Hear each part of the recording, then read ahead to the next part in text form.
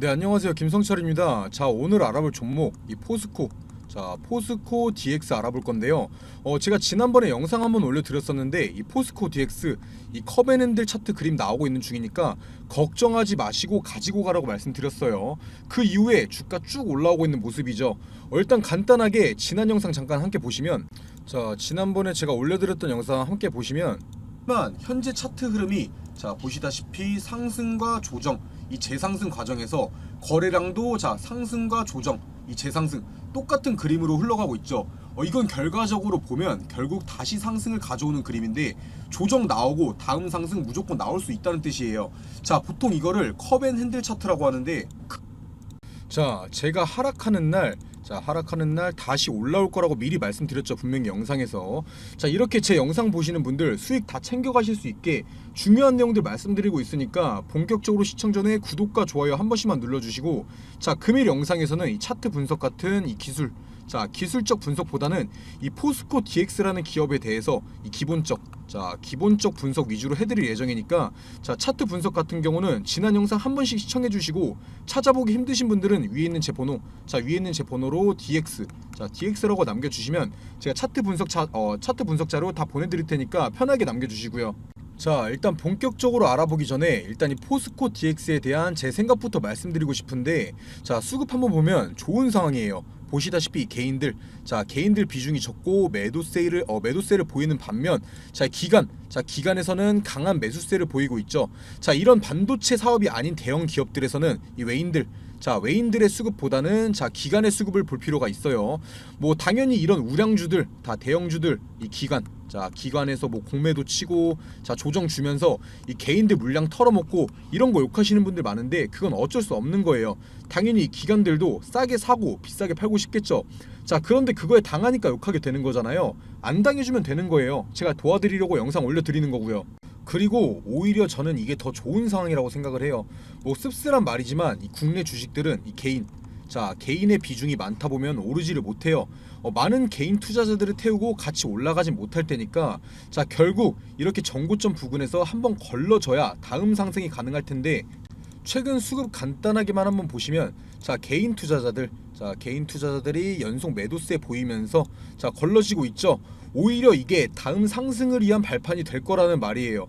자, 현재 주가가 상승하지 못하고 있는 거는 이 전고점 돌파를 위한 재료가 부족한 것 때문인 것도 있지만, 자, 현재 자리, 자, 매물대가 보시다시피 이 하늘색, 자, 매물대가 보시다시피 엄청나게 두꺼워요. 이 매물대가 상승을 못하게 붙잡고 있는 거예요. 자, 그 과정 속에서 이 개인 투자자들이 걸러지고 있는 중인 거고요.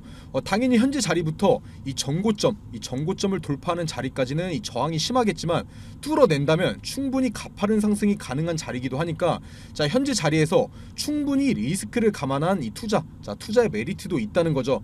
물론 이 큰 비중의 투자는 비추드리고 있고요. 자, 다시 본론으로 넘어와서 이 포스코 그룹에 대해서 설명드리자면, 자, 요즘 이 포스코 그룹 굉장히 핫해요. 지금 지주사인 뭐 포스코 홀딩스부터 뭐 포스코 퓨처엠, 포스코 인터내셔널, 뭐 포스코 DX 등 모든 종목이 시장에 관심을 받고 있죠. 당연히 이렇게 관심을 받게 된 이유는 이 포스코라는 기업이 탄탄하고 여러 사업성을 가지고 있는 것도 있지만, 이 포스코 그룹의 최정우 회장이 친환경 미래 소재 대표 기업으로 도약하기 위해서, 자, 2030년까지 121조 원 투자를 발표해서 그런 것 때문인 것도 있어요. 당연히 오늘 알아볼 이 포스코 DX도 미래 산업 중 하나고요. 이런 포스코의 여러 기업 중에서 오늘은 이 포스코의 로봇 관련 기업인 이 포스코 DX에 대해서 알아볼 건데요.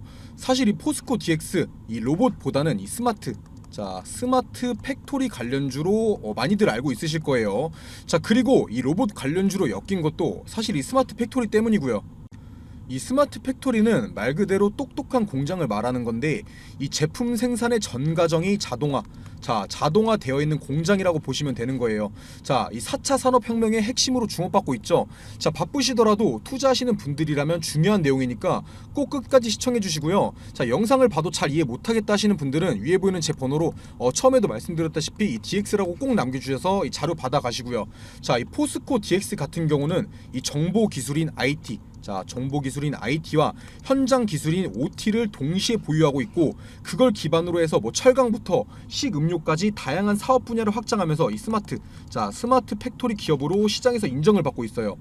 당연히 여기서 멈추지 않고 이 스마트 팩토리 구축 경험을 기반으로 뭐 리튬, 니켈 등 이 신설 공장에 적용해서 2차 전지, 2차 전지 시장에도 뛰어들고 있고요.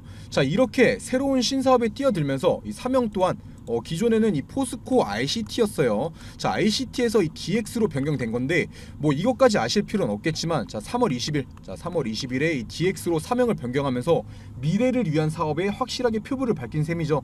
자, 이 DX 같은 경우는 디지털 트랜스포메이션이라고 해서 산업의 디지털 대전환이란 뜻이고요.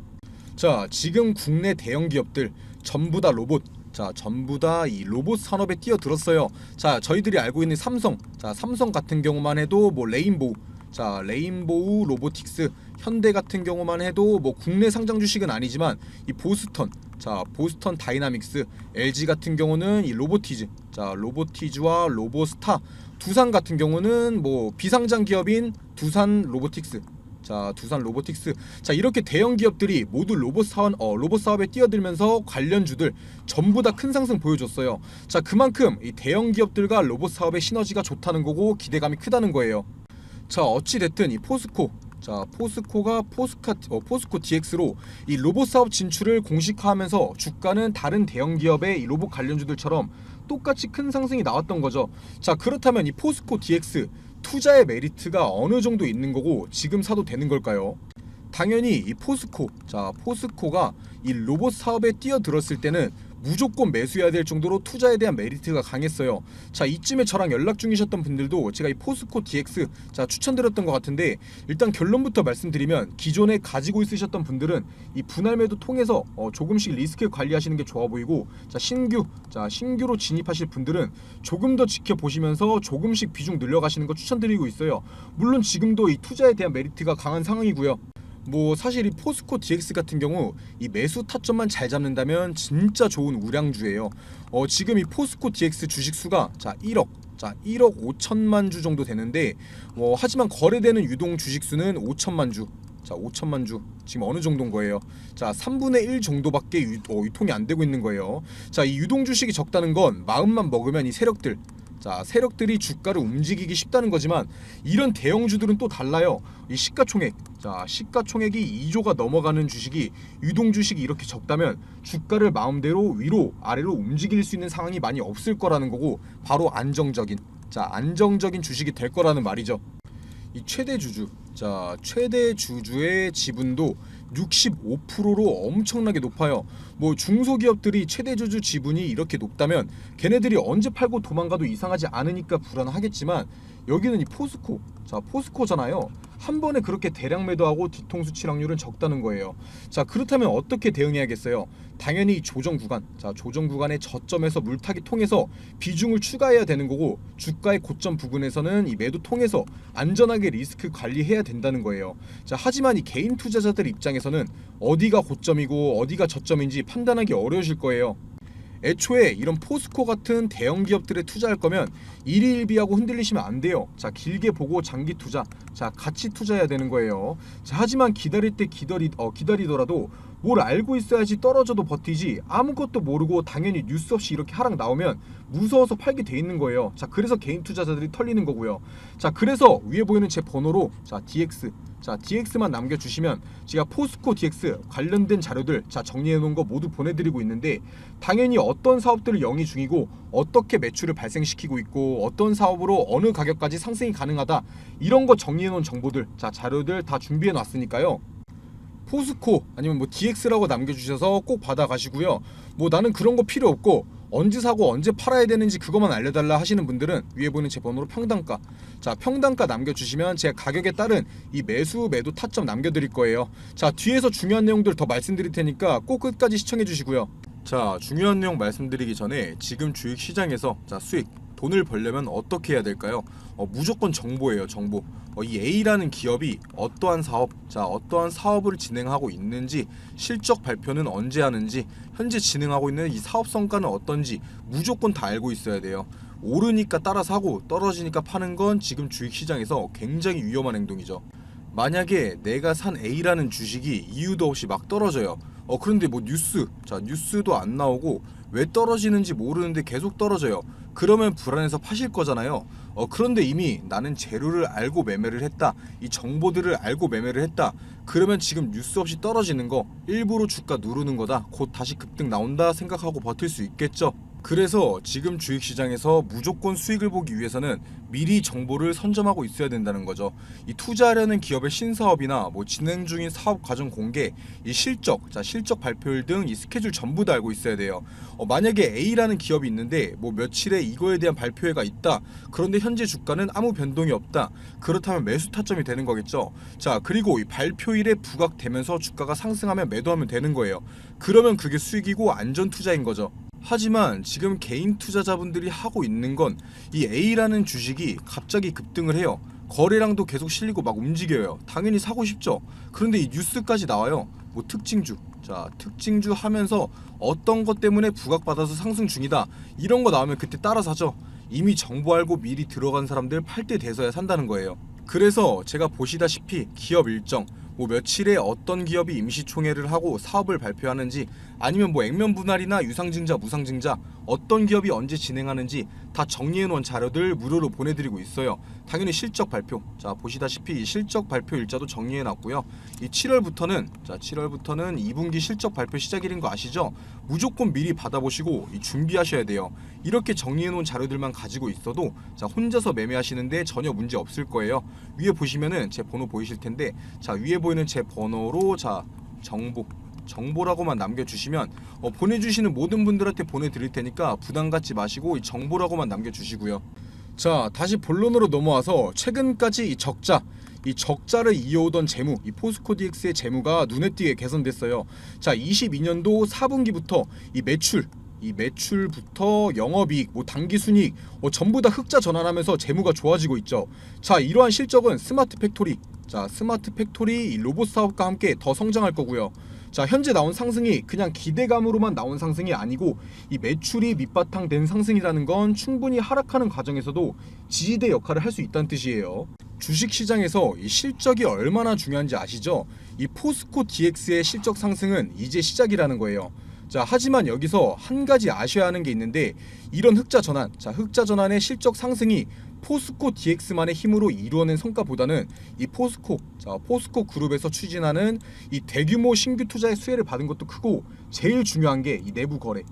내부 거래 비중이 엄청나게 높다는 거예요. 지난해 22년도 4분기 이 포스코 DX의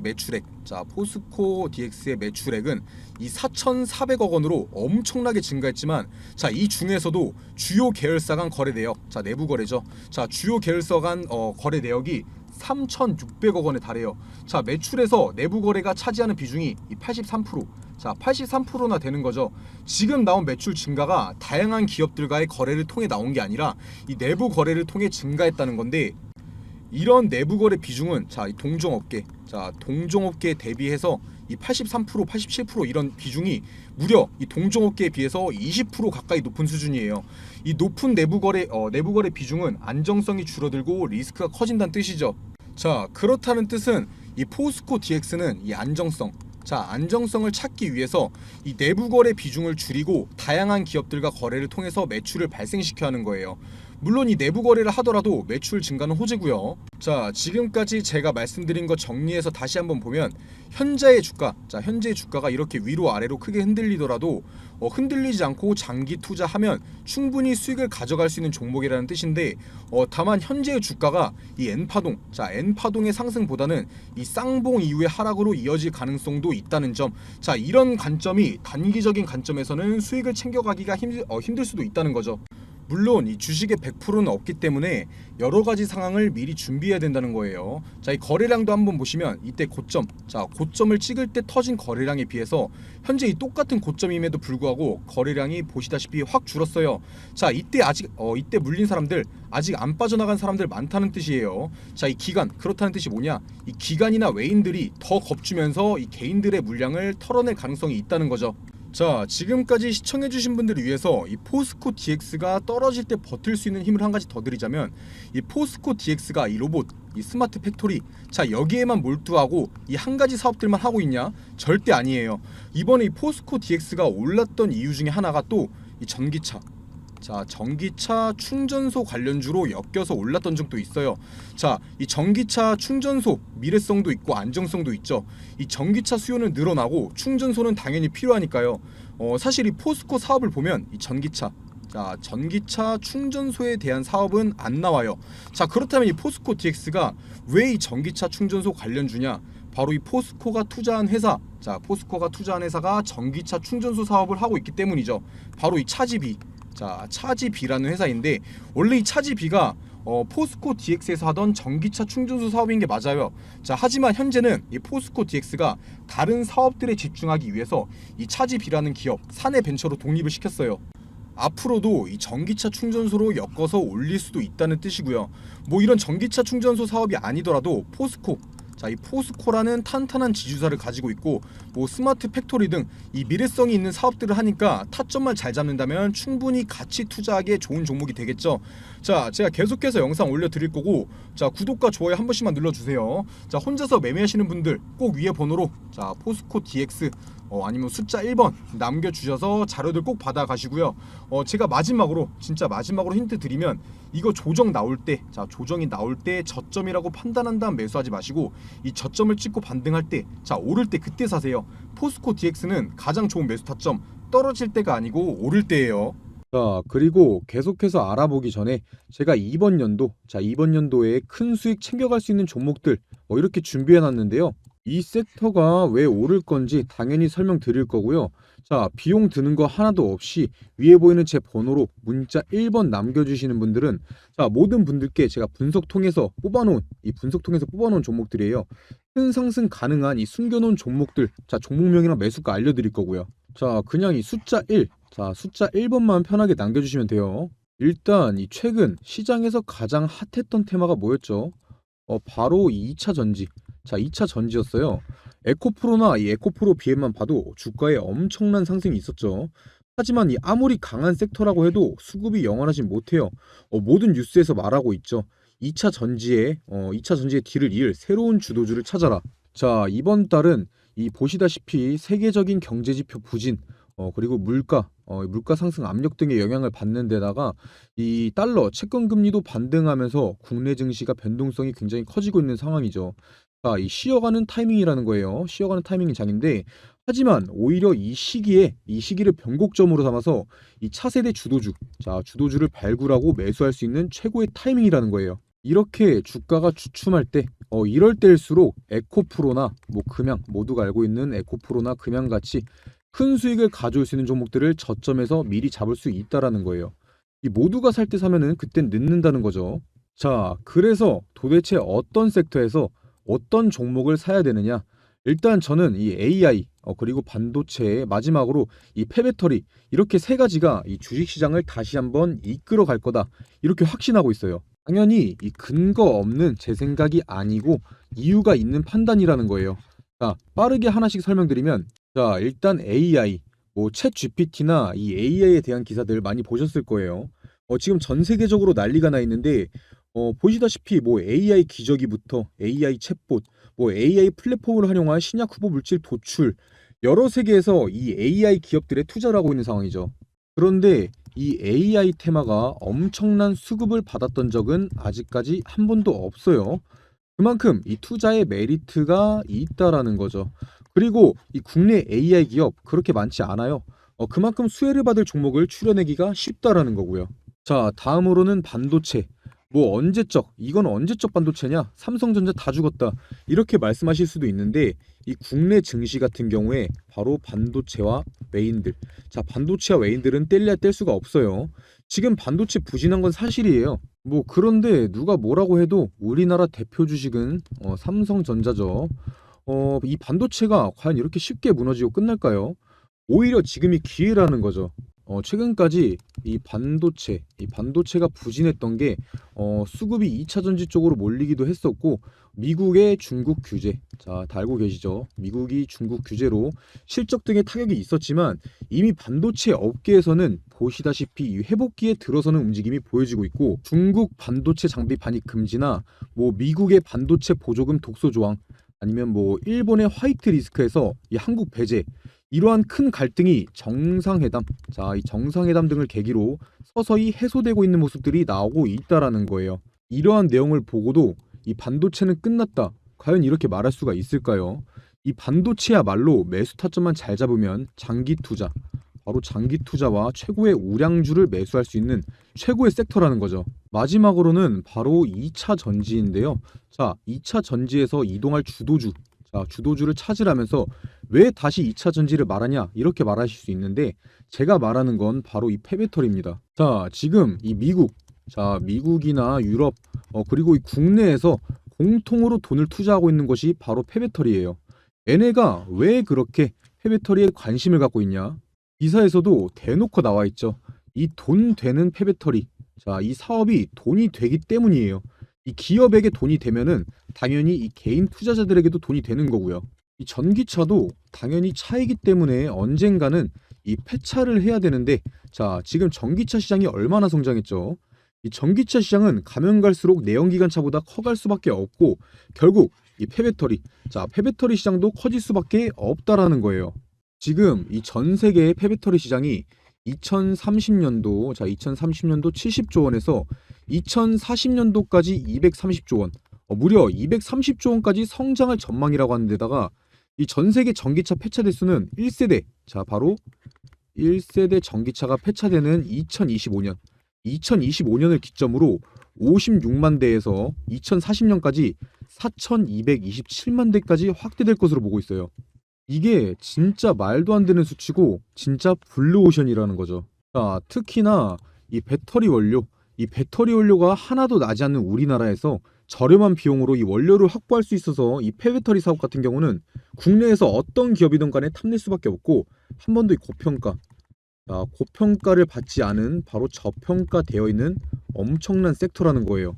자, 제가 2023년도, 꼭 2023년도가 아니더라도 새로운 주도주, 이 AI, 반도체, 폐배터리에 대해서 왜 새로운 주도주가 될 것이고 매수해야 되는지 설명드렸는데, 또 여기서 이 관련주들은 엄청나게 많아요.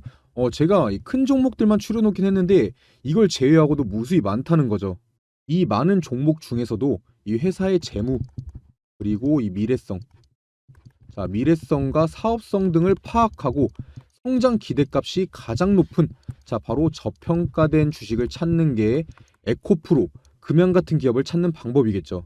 자, 화면 한번 보시면 제가 가려놓은 종목들이, 자, 이런 가려놓은 종목들이 이렇게 바로 제가 판단해낸 그런 종목들인데, 처음에도 말씀드렸다시피 위에 보이는 제 번호 010-9589-1279번으로 문자 1번, 자, 숫자 1번 남겨주시는 모든 분들께 알려드릴 거고요.